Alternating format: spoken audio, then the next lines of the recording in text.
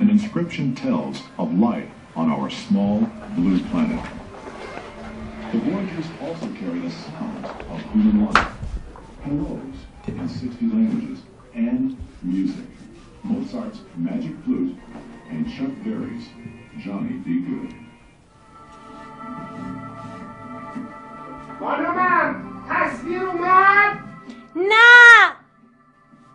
حالا چی؟ اومد؟ نه هنوز، خودت بیا ببین چی به چیه. اجازه بده. چی شد خانم اومد؟ این که همون تصاویره. میگم حالا این همه پول دادی به این آقا، یه وقت سرت کلان. جلو بچه ها خانم این حرفا. نگران نباشید. قربان تشریف بیارید پایین. این تصاویر همون تصاویر قبلیه. یالا بفرمایید. یالا بفرمایید. این چیه پس؟ کانالا هم که تنظیم نکردین که. قربان من که نمیتونم کانالا چجوری تنظیم. رو شبکه 3 سلام بزن رو ای وی اینو. آها ای وی بله.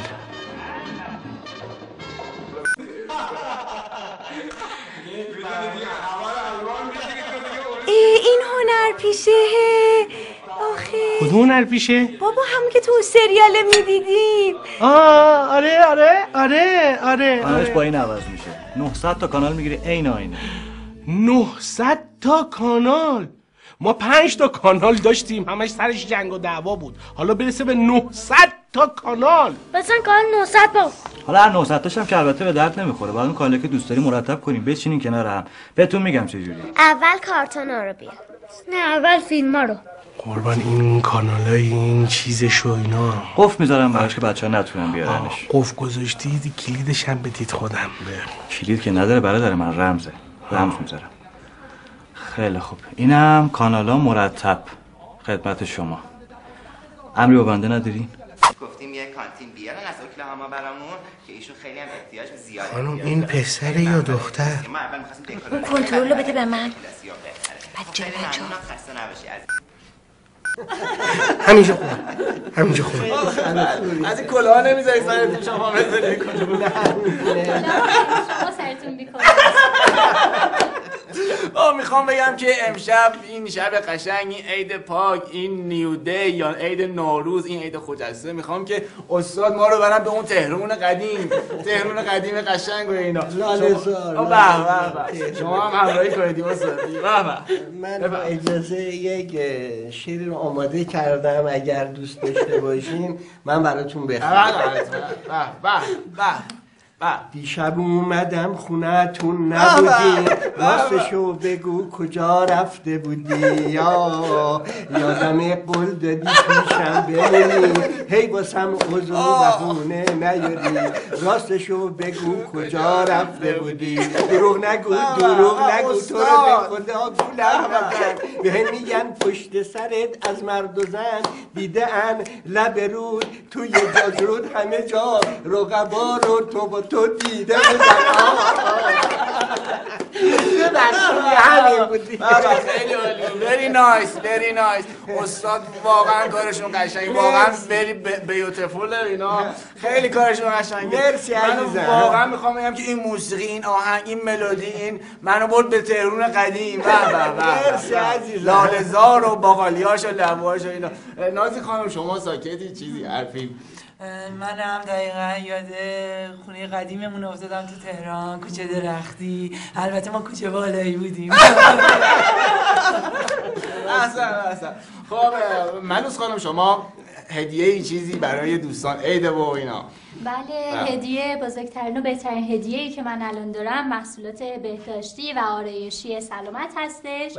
بله، این لوازم آرایش ایزو و قابل تایید در کلیه سازمان‌های بهداشتی جهان هست. بله. استاد یادم شما اون موقع تو تهرونیای قدیم، ایرونیای عزیز، دوستتون داریم. یادتون بخیر. عرضم بزرگی یه دوستی داشته که ترانه‌هاتون رو با ایشون اجرا می‌کردی. ایشون الان کجا؟ صحبتی چیزی هست؟ خدا رحمتش کنه. ایوا آخه فوت کردن نه؟ بله یه چند مدتیه که فوت آخه کردن. ایوا.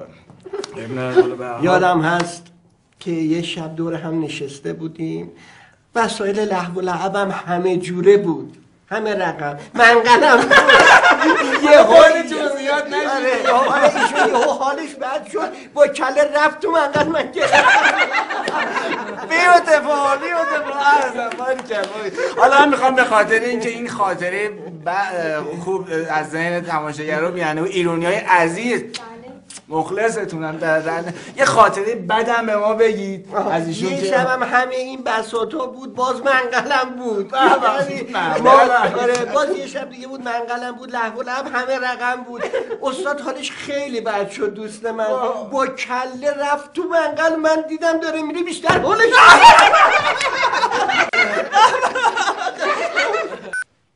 یکی از دوستام ایمیل کرده گفته من هیچ به ازدواج موفق اعتقاد ندارم.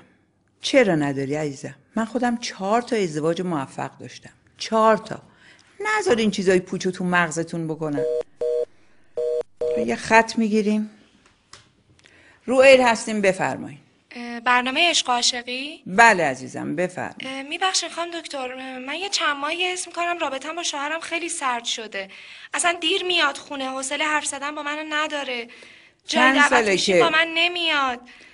اصلا ابراز علاقه کردن یادش رفته، یه شاخه گل واسه من نمیخره. عزیزم همه گوش وقتش کن. رو با دیگرون عزیزم گوش کن. با تلویزیونتو کم کن. با من صحبت کن، با تلفن صحبت کن، ببینم چند سال ازدواج واقعا من کردی. نمیدونم چرا اینجوری شده، من میترسم زندگیمو از دست بدم. بابا جون یه دقیقه زر نزن ببین من چی میگم. میگم چند ساله که ازدواج کردین؟ 8 سال. چند سالت بود ازدواج کردی؟ من 19 سالم، الان 27 سالمه. 19 سالگی ازدواج کردی؟ بله بله. خب خیلی غلط کردی. بله؟ بله و بلا. 19 سالگی موقع ازدواجه، تو الان اندازه گاو نمیفهمی، چه برسه اون موقع ازدواج بود. آخه خانم دکتر من عاشق شدم.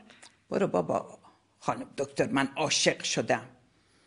من میدونم اشتباه کردم، خب همه اشتباه میکنن. خیلی خب بابا خفه شو. گوش کن ببین چی میگم.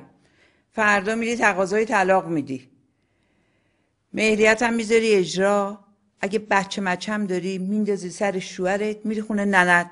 نصف عمرتو که به خریت گذروندی، اقلا بقیه‌اش رو خوب زندگی کن.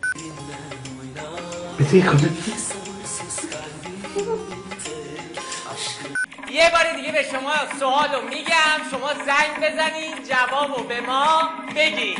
کلمه‌ای که با پ و دال شروع میشه. منتظر تلفناتون هستیم، همین الان زنگ بزنید.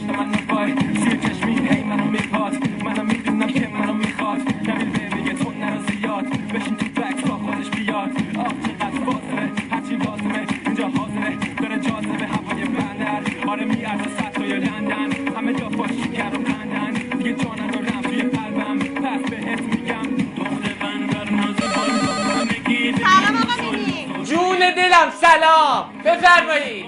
ما خیلی شما رو دوست داریم ها. منم همینطور، قربونتون برم. دخترم میگم به آقا میمی بگو یه چرخ بر ما بزنی. یه چرخ میزنی؟ چرخ؟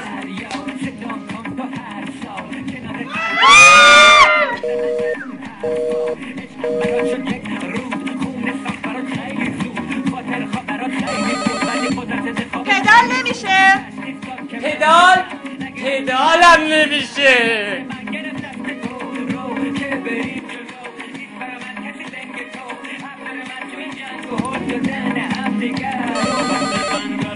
جون دلم بفرمایید. آقا میمی گل. جون دلم. آقا ما عاشق خودت و برنامه‌تیم. قربونتون برم، منم همینطور. هر شب با رفقا دور هم جمع میشیم برنامه‌تون رو نگاه میکنیم. بگو جوابو عزیزم. پدر سوخته. پدر سوخته هم نمیشه. آقا میمی جون دلم. یه چرخ هم واسه ما میزنی؟ بله.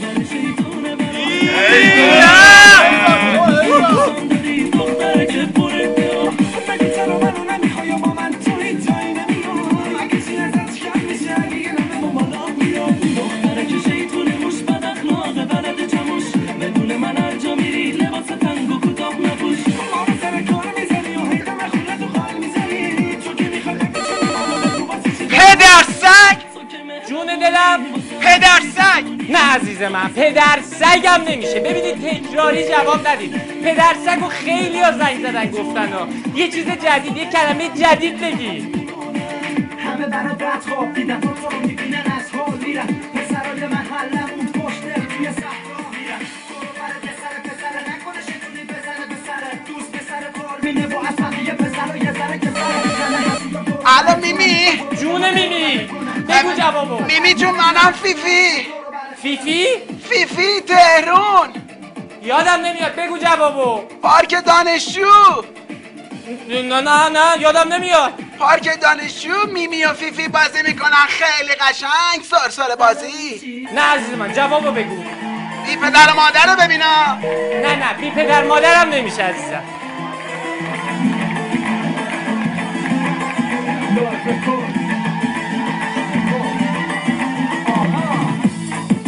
ساسی مانکن پاسی مخته علیش من بله رو بگو به پدر سوخته حتی از دورو یه خونه یه دوپلکس تو جردن عروسی و نازی بالا بیا با کمام و بازی یالا با من بمون بیبه بی من نرو بیبه خوشگل و نازی چقدر جیگرتو خام بخورم لب و تو خیسته تا بخاره به تو شامپاین بخورم بی من نرو بیخوندی و اطرافیان تشویقت میکردن ولی پدر و مادر مخالف بودن. چرا؟ خب میدونی پدر مادر من اکثر فامیلی من دکتر مهندسن و خب خیلی طبیعی که مخالفت کنن. ددی خیلی مخالف بود. آف کورس مامی بیشتر. و تو با مامی قهر کردی و اومدی خارج کشور؟ نه قهر که نه. مامی الان تو الی توگیدر زندگی میکنیم. هیچ مشکلی هم نداریم. خیلی کیر میکنه راجع به کارهای من. خیلی براش مهمه. اینجوی میکنه. ولی اون موقع پاسپورتمو گرفت و مجبور شدم از راه زمینی بیام همونطور که تو میدونی. یعنی قاچاقی. یعنی تو بدون پاسپورت از کشور خارج شدی؟ خب اگه اشکالی نداره بگو برای بینندگان ما که چجوری بود. خب خیلی دلم میخواد که همه بدونن که چقدر هنرمندا زحمت میکشن که بتونن هنرشون رو بدن بیرون. من اون موقع پاسپورت نداشتم و از طرف یه کسی که ترانزیت میکرد راننده تریلی بود تونستم که موو کنم به ترکیه. خب تو راننده تریلی شبای جاده نترسیدی؟ خب چرا خیلی زیاد. خیلی هم میگفتن نکن نرو خطرناکه بلا سرت میارن و اینا ولی خب من میخواستم که این کارو بکنم. میفهمم. و تو سالم و سلامت رسیدی این ور؟ خیلی هم ساده نبود. اصلا ساده نبود. البته راننده خیلی خیلی خیلی آدم نایسی بود. خیلی خونگرم بود ولی خب مجبور شد منو نزدیکای ترکیه پیاده کنه. یعنی تو پیاده اومدی برای من؟ پیاده که نه. اونجا خب به هر حال با چند تا جوونه خیلی خونگرم آشنا شدم. اونا بهم کمک کردن که بتونم از موقعیتش استفاده کنم که بتونم بیام. یعنی چند وقتم اونجا موندی و اینا حتما بتونی رد شی؟ خیلی زیاد طول کشید. تو چادر نگه می‌داشتن که بتونم رد شم. و خیلی حتما سخت گذشته اون شب‌ها. سخت که نه. گفتم خیلی خونگرم بودن. خیلی کمکم کردن و فکر می‌کنم که از اینجا باید بهشون سلام کنم. های. خب ترکیه یک کشور غریبه، یک دختر تنها، چطور بود؟ ترکا خیلی خونگرمن. ترکا خیلی خیلی آدمای خونگرمن مثل ما ایرانی‌ها میمونن. خب بسیار خوب. و رسیدی ترکیه و با همسر اولت آشنا شدی و آلبوم اول. دقیقاً. امیت خیلی کمک کرد آلبوم اولم رو دادم بیرون. کنسرت برگزار کرد. خیلی خیلی به من کمک کرد امیت. خب به خاطر همین کمک‌ها بود که ازش جدا شدی؟ نه من جوان بودم. خیلی جوان بودم و امیت 90 سالش بود و فکر کنم که وقتی مرد سنشون میره بالا خب خونسرد میشن از بره. و تو نمیتونی با یه آدم خونسرد زندگی هرگز. خب معلومه که نمیتونم ولی خب به هم زنگ میزنیم احوال پرسی میکنیم. خب بگذاریم رسیدم به امریکا. کار کردن روی آلبوم دوم. موفقیت عجیب کنسرت دبی و همه تو این شهر میگن تو مدارج ترقی رو خیلی زود طی کردی. خیلی لطف داری. خیلی زیاد. تو همیشه خودت تو جزو کسایی بودی که خیلی به من کمک کردی. خیلی لطف داشتی. خیلی خونگرم. ممنونم. البته ما به همه جوونا سعی میکنیم کمک کنیم که تو این جریان بیافتن و اینا. این تلویزیون ما اصلا کلا اینطوری. از کنسرت دبی میگفتی اونو بگو. کنسرت دبی باور نکردنی بود. خودت میدونی 38 نفر تماشاچی داشتم و میگفتن حتی عربا اینقدر تماشاچی ندارن. حتی مدانا اومده بود اونجا و فقط 37 نفر تماشاچی داشت. باور میکنی؟ باور نکردنیه. خب 3 ماه موندی مثل که دبی، درسته؟ چرا آخه؟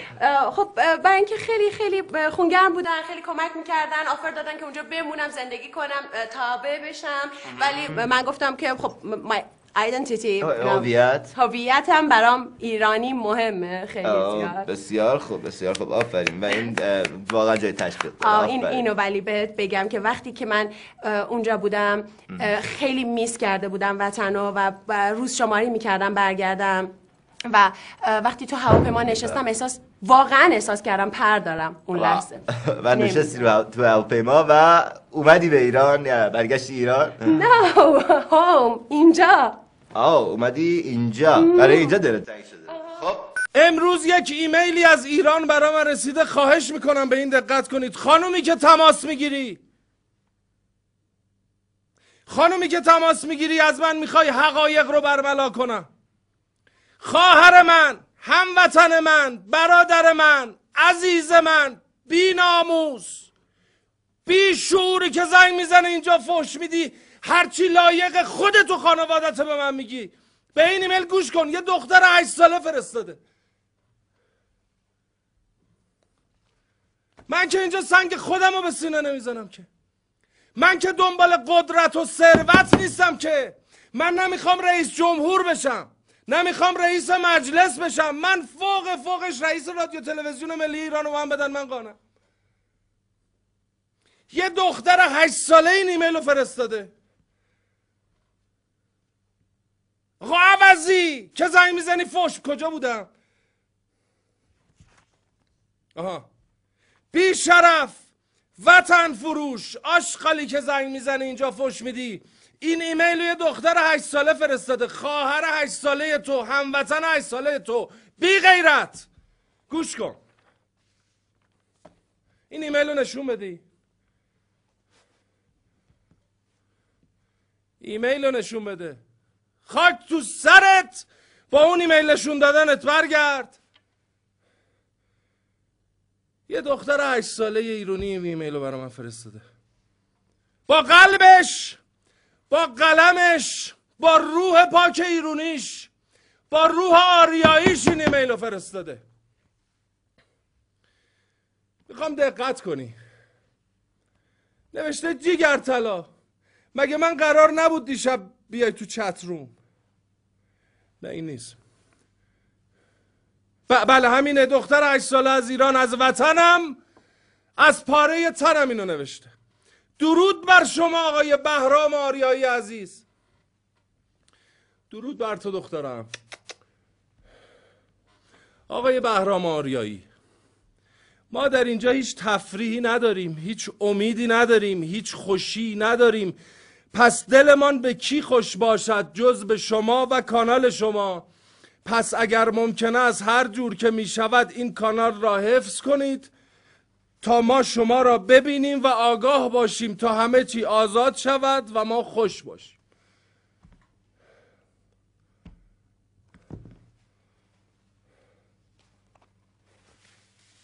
این موهای تن من سیخ. مو به تن آدم سیخ میشه، اشک به چش آدم میاد.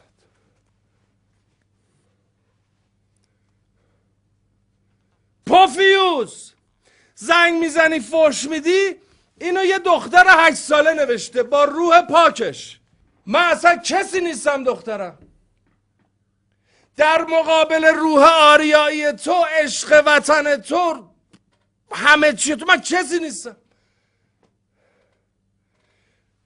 چرا فکر میکنید من اینجا سنگ خودم رو به سینه میزنم؟ چرا من کار میکنم، من زحمت میکشم.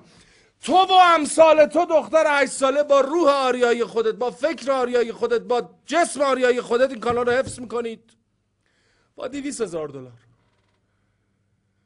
با $200,000 این روح پاک آریایی، این کانالی که مال توه، حفظ میشه.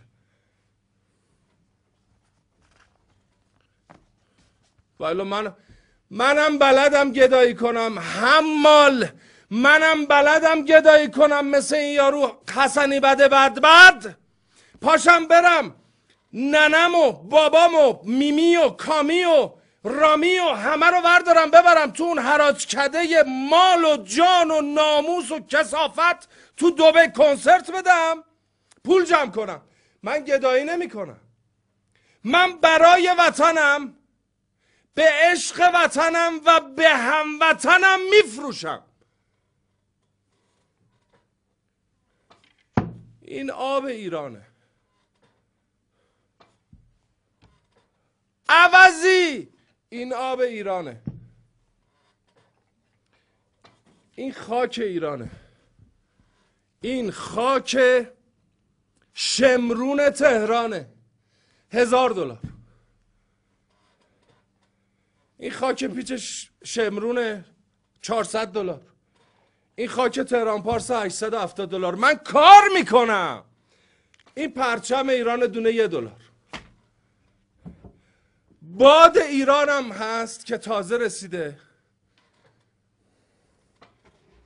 این باد میدون آزادی $1000. این باد دربنده $1000. اینو از اون ور میاریم. 2 چیز دیگه هم هست مسافری میرسه که از بقیه این بادا ارزون تره. اینا 3 تاش $100. باد فتح، باد فتح ایرانی، باد فتح پاک آریایی، 3 تا 100 تومن. من با یه دنیا خاطر تو به من گفتی برو، من چجوری جداشم از تو. من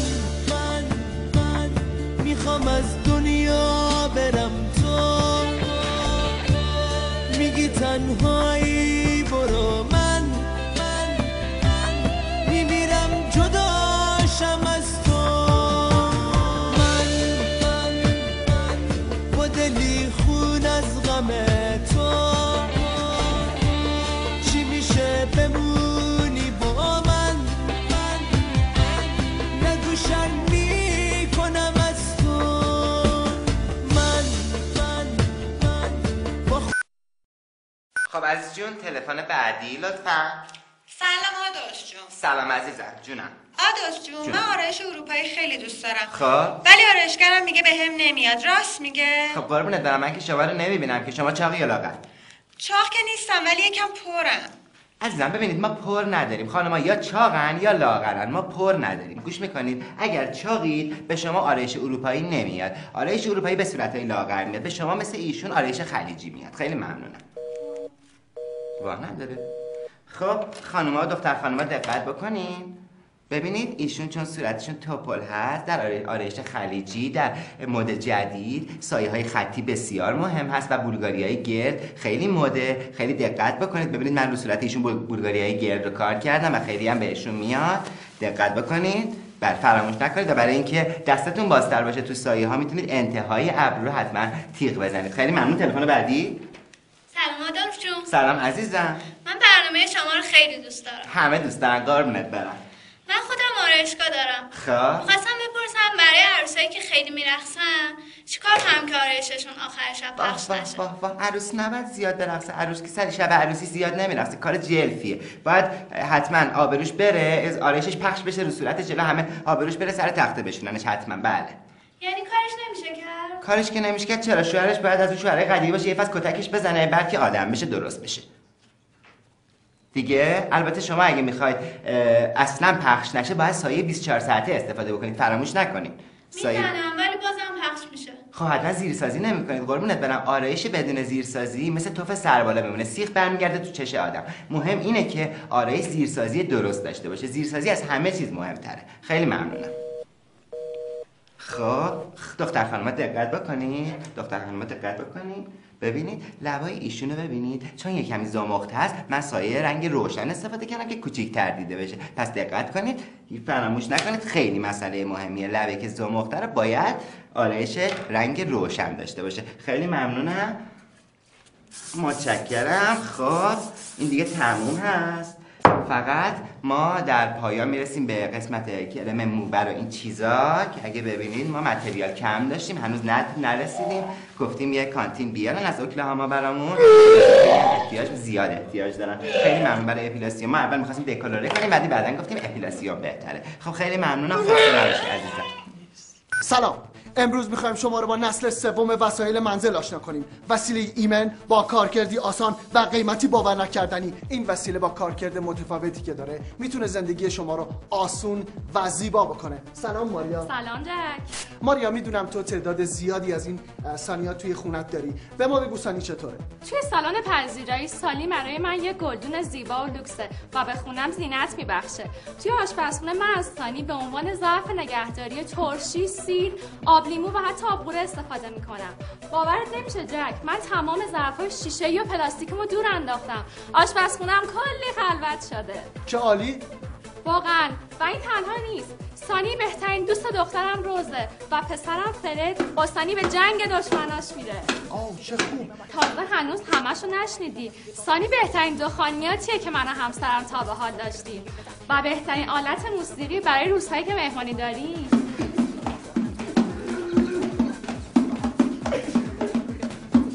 پس سانی یک وسیله خانه، یک خدمتکار، یک پرستار و یک پیام‌آور شادی در مهمونی‌های شما و یک همراه همیشگیه. سانی یه قلک حرفه‌ایه. بله حالا میفهمم چرا به این وسیله میگن جادوی نسل سوم منزل. سانی انقلاب بزرگ در ورزش زیبایی اندام پدید آورده. سانی خیلی خوبه، نمیپوسه، نمیشکنه، خط و خش بر نمیداره، یخ نمیزنه. در حرکات ورزشی که با سانی انجام میدی 486 عضله شما به طور کامل فعالیت میکنه. فوق‌العاده است. سانی تو رو هیچ وقت تنها نمیذاره. این شما و اینم سانی هزار کاره. عزیز دلم قربونت برم، غذا رو که گوشت قرمز خوشمزه‌اش نمیکنه. پس چی درست کنم به چش شوهرم بیا؟ بادمجون. دقیقاً. بادمجون، 3 بخشه. بادمجون، مرغ بادمجون، خورشت بادمجون، ورقه بادمجون، نمیدونم بادمجون کبابی. من عاشق بادمجونم قربونت برم. آره. فکر میکنی خوشش بیاد اینطوری؟ کیه که بدش بیاد از بادمجون؟ همه خوششون میاد مگه نه؟ اصل جون تو چی درست میکنی واسه کامبیز؟ وا خدا پدرتو بیا مرده هوری جون، من خیلی وقت از کامبیز جدا شدم. الهی که بمیری. برای چی جدا شدی پسر تفتی؟ کجاش طفلی بود هوری جون، اصلا مرد نبود که، مردم مردای قدیم. شوهر اولم وقتی عصبانی میشد چنان میزد توی گوشم که قهرمان گردش میشدن. ولی خب این کامبیز خیلی فوفول بود تفلای، فکرشو بکن. خب حتما میگفت ازت میترسم. خب بله معلومه که ازت میترسه، منم از تو میترسم. وای باله که اون 18 سالش بود. یخ کنی هوری جون. آره. خب تلفن داریم. بفرمایید هوری عسل جون. سلام عسل جون. سلام عزیز دلم جونم. من میخواستم از هوری جون خواهش کنم با اون بیان قشنگشون برام یه فال بگیرن. حتما عزیز دلم حتما. اگه حضرت حافظ الان اینجا بود خیلی افتخار میکرد که ما چقدر دوستش داریم. به به به به، ببین چه شعری برات در اومده. حتما حافظ خیلی دوستت داره. سالها دل طلب جام جم از ما میکرد، وانچه خود داشت ز بیگانه تمنا میکرد. ببین عزیزم، سالها دل طلب جام جم از ما میکرد یعنی که تو دلت برای مامی تنگ شده عزیزم. بله هوری جان، مادرم ماه پیش فوت کردن. آخه خدا رحمتشون کنه. بله و این که میگه وانچه خود داشت ز بیگانه تمنا میکرد، وانچه رو اینجا ذکر نکرده که یعنی چی، منظورشو نمیدونم یعنی چی، ولی من فکر میکنم وانچه غذاییه که قدیما مامانم میپختن.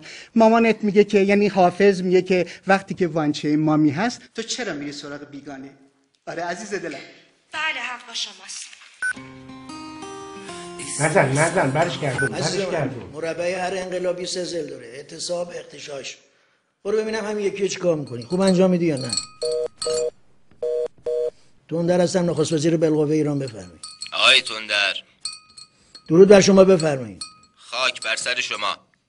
30 سال نشستین اون سر دنیا، کافه و بارتون رو رفتین آقا، کابالتون رو رفتین، قماربازیتون رو کردین، عشق و حالتون رو آقا کردین، تریاکتون رو کشیدین، فسق و فجوراتون رو کردین، علق و کبابتون رو خوردین، تموم شد آقا. حالا واسه ما نسخه میپیچید. بله عزیز من، از فرصتی که در اختیار میذارم برای تشویش اذهان عمومی استفاده نکن. تهمت نزن، دروغ نگو. من 40 سال کباب نخوردم. 40 ساله که لب گوشت قرمز نزدم. لطفا تماس میگیرید تهمت نزنید. من یه فکس براتون بخونم. نوشته که درود بر شما جناب تندر. درود در تو عزیزم. بی پدر مادر عوضی دیوانه آشغالی بی منطق. نه انصافا من بی منطق نیستم.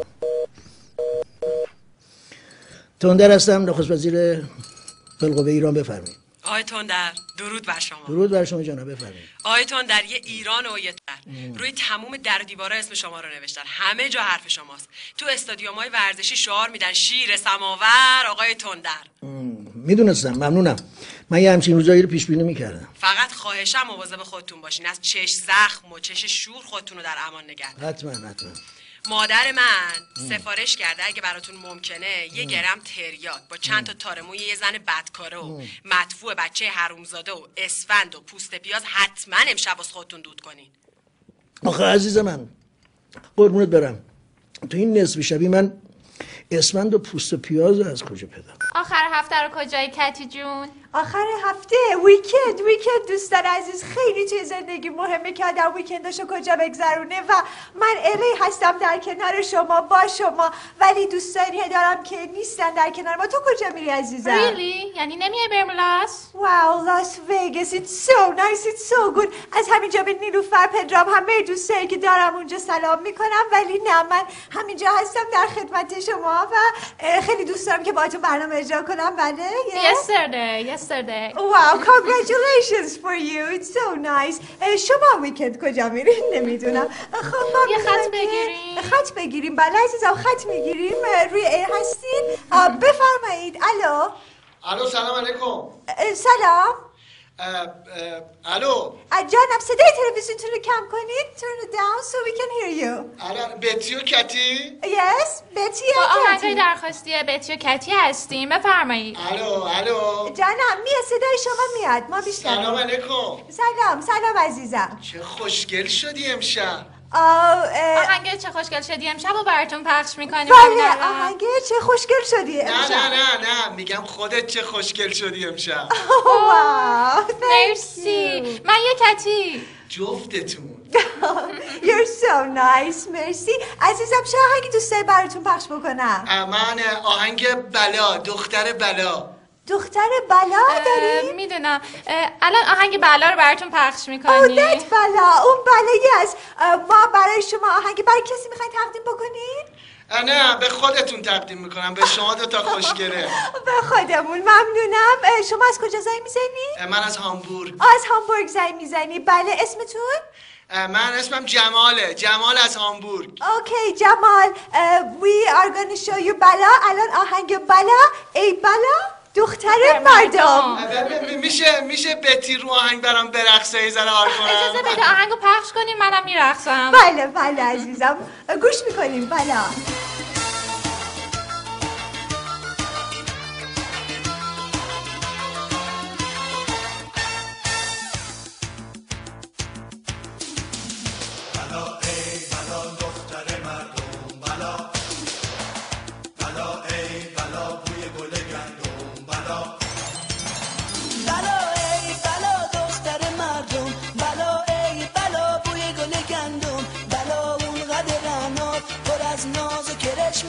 نگاه کن جای پامون همونجا لب چشم است. گلندم فقط من تو رو میخوام، میترسم که رقیبون سر راه بذارندم.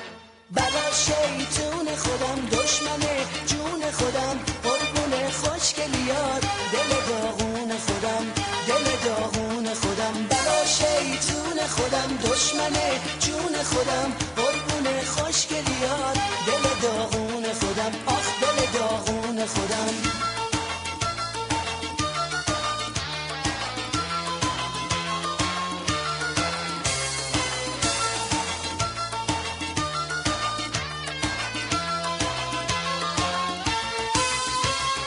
ای گل نیلوفرم، ای همه باورم، دست نوازش میکشی بر سرم.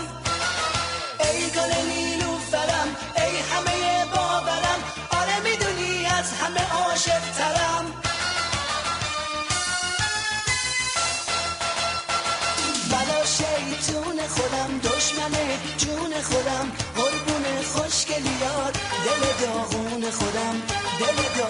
خودم، بلا شیطون خودم، دشمن جون خودم، قربون خوشگلیات، دل داغون خودم، آخ دل داغون خودم.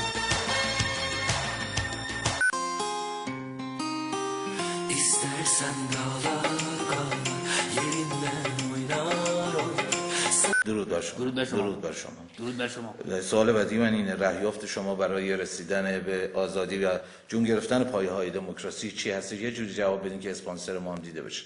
بله حتما. بنده در چند جمله کوتاه میتونم براتون خلاصه بکنم این قضیه رو، که افزایش طول نارضایتی‌های مدنی، برطرف کردن ناتوانی‌های جسمی فعالان سیاسی، درود بر شما. تحرک بیشتر جنبش‌های مدنی به وسیله ویبراتور تحرک داشته باشید. میشه یه مقدار مسئله رو بشکافین که اسپانسرم بهتر دیده بشه؟ خب بله مسلماً، هرچی شما این پارادایم‌های فکریتون به هر حال بیشتر باشه، شما مناسبات اجتماعیتون هم خیلی بهتر خواهد بود و در واقع بهتره که از اون طرف هم مردم یه دفعه وارد صحنه نشن، خورد بیان. یعنی خوردش بهتره. نتیجهش درود بر شما. یوهویی نه. درود بر شما. یوهویی نه، نتیجهش خراب میشه. درسته. حالا خیلی تماس میگیرم، میگن که طرف مقابلم نشسته، یه مخالفتی، یه ممانعتی هست، به هر حال جواب اونا رو چی میدی؟ چیز مسلمی. شما مسلمه که وقتی از چه میدونم بزرگ کننده وقتی داری شما استفاده میکنی، طرف که نمیشه که نگاه بکنه شما رو، که اونم مسلما میاد صفر کننده نهاد اجتماعی از اون طرف فعالان سیاسی رو میارید و شما فقط تنها راهش اینه که شما شروع بکنید از هر طرف که میاد نذارید اصلا طرف تکون بخوره. مسلمه. درود بر شما. درود بر شما. به نظر شما در نهایت این گن لاغری دموکراسی بر قامت ایران میشینه یا خیر؟ درود بر شما. درود بر شما. خب مسلمه اگر شما دارین چربی سوزهای صنفی اجتماعی استفاده بکنید قطعا نتیجه خواهد داد و کاملا درود بر شما. درود بر شما. این افزایش طول مبارزات دائمی خواهد بود. درود بر شما. درود بر شما. سوال بسیار خوب بود. شما اگر از این کارشناسان مجرب دموکراسی، آزادی بردارید، از اینا استفاده بکنید قطعا نتیجه خواهد داد و من به شما قول میدم که تا سال آینده نتیجه خواهد گرفت و هیچ شلوغ بکنن. درود بر شما. در نهایت راه حل نظامی رو پیشنهاد میکنید یا خیر؟ بنده به هیچ وجه راه حل نظامی پیشنهاد نمیکنم، فقط راه حل گیاهی. مرتی که گامیش زنگ زده، هدف شما از این شبکه چیه؟ یا من باید جواب منطقی بهش بدم یا اونجوری که لیاقتشه باش حرف بزنم؟ بی پدر مادر، من که میدونم تو از طرف کی زنگ میزنی، به کجا وصلی. این شبکه رو واسه اوشکوله مثل تو رو انداختم که عین خر تو گل موندن نمیدونن چه بخورن. فهمیدی؟ این جوابیه که لیاقتشو داری. جواب منطقیش هم اینه که این شبکه رو انداختم با عمت آشناشم عوضی مزدور. تو آدمی که من جواب تو منطقی بدم، حمال اصحاب آدم خورد کنه. لیوان آب بده من. بیا رو خطی بیا. درود بر شما مرد بزرگوار مبارز. بنال و وقت نرم. من تماس گرفتم بگم که متاسفانه اینجا در داخل خیلی مشغول تخریب چهره موجه و دوست داشتنی شما هستند و سعی میکنن مبارزات مستمر و فداکارانه شما رو با شایعه سازی لوث کنن. چه؟ این آدم حرف بزنی چی میگی؟ حرف مفت میزنن پشت سرتون، میگن فلانی دکون باز کرده و چه میدونم انقدر وجود نداره که قیافش رو نشون بده و اینجا هندونه فروش بوده و حالا رفته اونجا برای ما مبارز سیاسی شده و از این مزخرفات. من میخورم با تو و ارباب پدر نداشتنش رو میخندم با تو. ببخشید سوء تفاهم شده، من طرفدار شما. تو به جهیزی و ننت خندیدی طرف من اصلا طرف ندارم. کثافت پاچه خواه هندونه فروشم خرکوچیکته. آب بده من اصلا من خورد بکنم. بگو رو خطی بعدی. الو جونم. الو جونم. الو جانم بگو. میتونم صحبت کنم؟ زهرتو بزن. درود بر شما. من تلفن قبلی رو شنیدم، میخواستم بگم که شما اصلا خودتون رو ناراحت نکنین.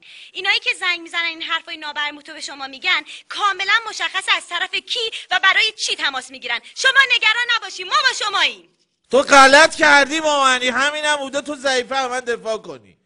من میدونم هنوز شما از تماس قبلی ناراحت هستین. به هر حال خیلی بد با شما صحبت کرد.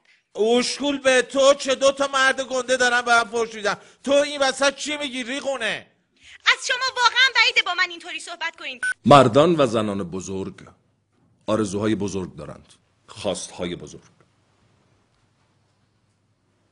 شما در زندگی به جایی نمی رسید، موفقیتی کسب نمی کنید و پلی از شکست به سوی پیروزی نمی زنید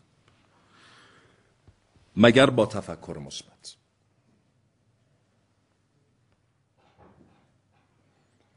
مگر هدایت درون و ناخودآگاهتون. نمیشه، نمیتونم و نمیکنم رو از ادبیات ذهنتون پاک کنید. سینه جلو، با صدای رسا، با قدرت بگید می شود، می توانم و می کنم. این خوشبختی است. در این CD هایی که از من توی بازار هست، زیر برنامه داره میره، من راه و رسم خوشبختی رو در اونجا کامل برای شما شرح دادم. فقط دوستان توجه داشته باشید، این یک نرم افزار خوشبختی است. فقط خواهشم این است که اصل این CD ها رو تهیه کنید، چون طبق تحقیقات انجام شده ثابت کردند که کپی این CD ها به اندازه کافی خوشبخت کننده نیستند. یک خط میگیریم. جانم، دکتر شادزی هستم، با برنامه در راه خوشبختی روی خط هستید.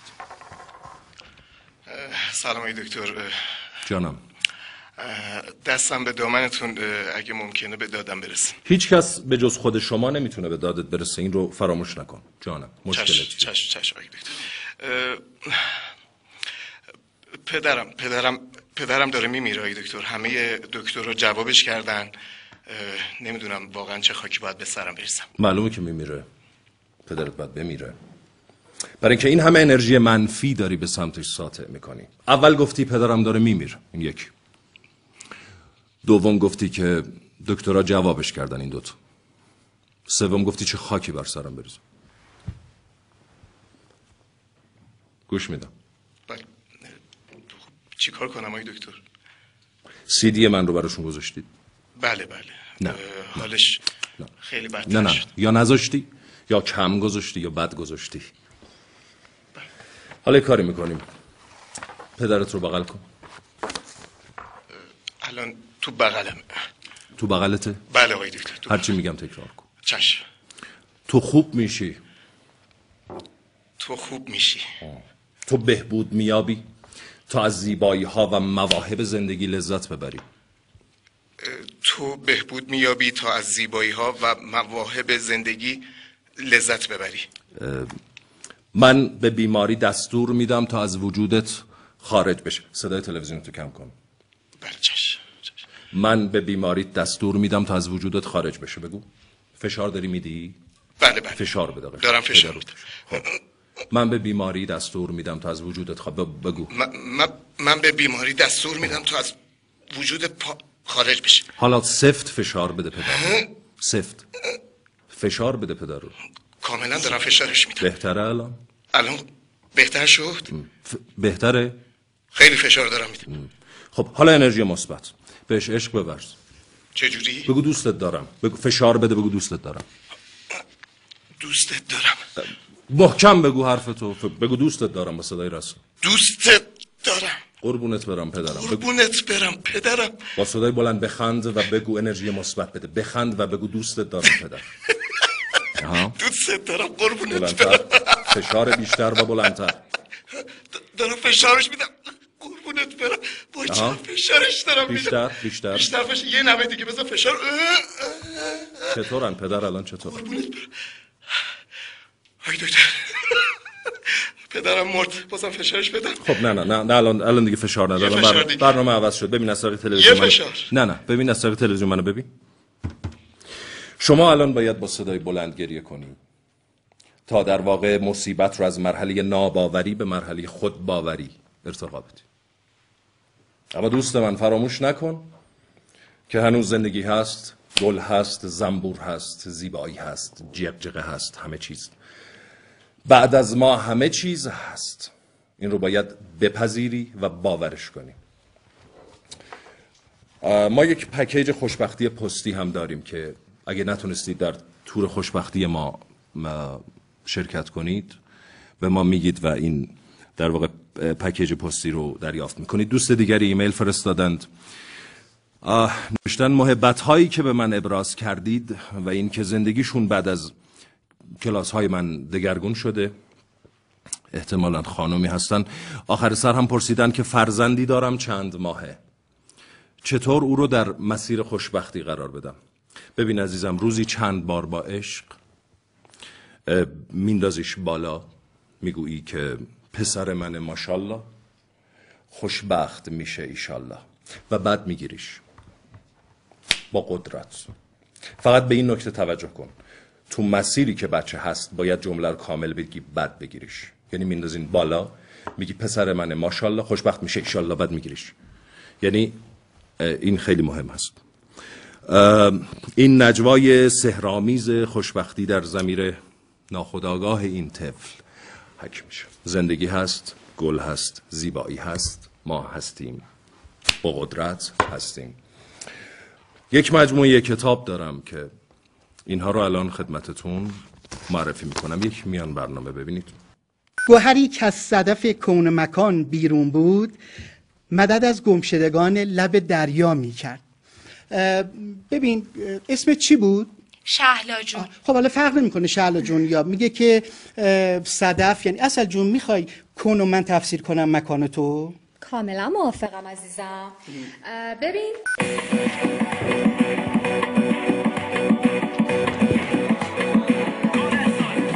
جون مادرتون یکی زنگ بزنه این جوابو بگه دیگه. نفهمیدی؟ خیلی ساده است. تبو دال. من برای حیات این شبکه که روح آریایی توشه به مامانم رو زدم، اونم با روی باز قبول کرد. مامانم 20,000 دلار. مامانم فقط 20,000 دلار. کثافت.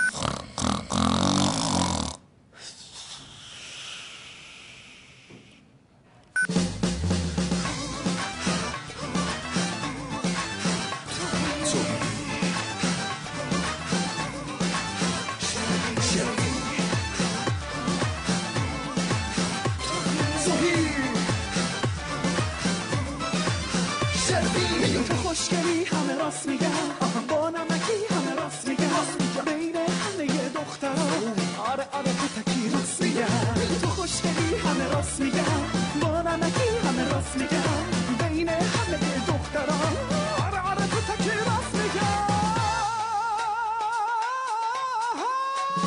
تو ای من حالم بد شد، ضربان قلبم دیگه واقعا قد شد، کردم بگو صورتو سفید کردم، نکنه تو رو با خودشو بگید کرده. اگه همه مثل تو باشه که همه چی خوبه، اون وقت تو میگه که واسه همه میخونه. مگه میشه پیش تو باشم و گوش تو کلم بمونه جمله‌مو تو گوش کن حتما. من دوست دارم تو رو از سر دلم، دلو بگیر و ببر و برو پس زده به من داده راستیم، دلم رو به پاس میدم. همه باز میگه که تو تکی راست میگم. آره کاشکی هم راه دور زیاد نری، بهترین دختری توی ایران زمین. اگه تو رو دیده گفته تو بودی چه زیبا بالا، خوشگل‌تری از خانم جسیکا آلبا. تو خوشگلی همه راست میگن، با نمکی همه راست میگن، بین همه دخترها آره آره تو تکی راست میگن. تو خوشگلی همه راست میگن، با نمکی همه راست میگن، بین همه دخترها آره آره تو تکی راست میگن. تو لب بکش از جلو زود برو بینم، شیطونی میکردی که زود تو رو دیدم. قول بده جایی واسه شیطونی نری، چون شیطونم باشی میگم شیطونه منی. انقدر شیطونی ای به بابا، اصلا چرا تو گوشی دسمام سی به بابا زنگ میزنی میگی پدر عرضی دارم. آخه چرا صحبت میکنی تو رمزی کنم، چون شبیه شبای خوب برس دارمی، توی قربت قصه با قرص ما همین وقتی راه میری میلرزه کل زمین. تا وقتی شادی هست چرا همش خور بزنی، چی که عشق نیا با اون چشم بلا، لب چشمه عشق من تشنه نیا. تو با چشمای سیاه فوق‌العاده، از خدا ممنونم که بهم زور داده. تو خوشگلی همه راست میگن، با نمکی همه راست میگن، بین همه دخترها آره آره تو تکی راست میگن. تو خوشگلی همه راست راست میگم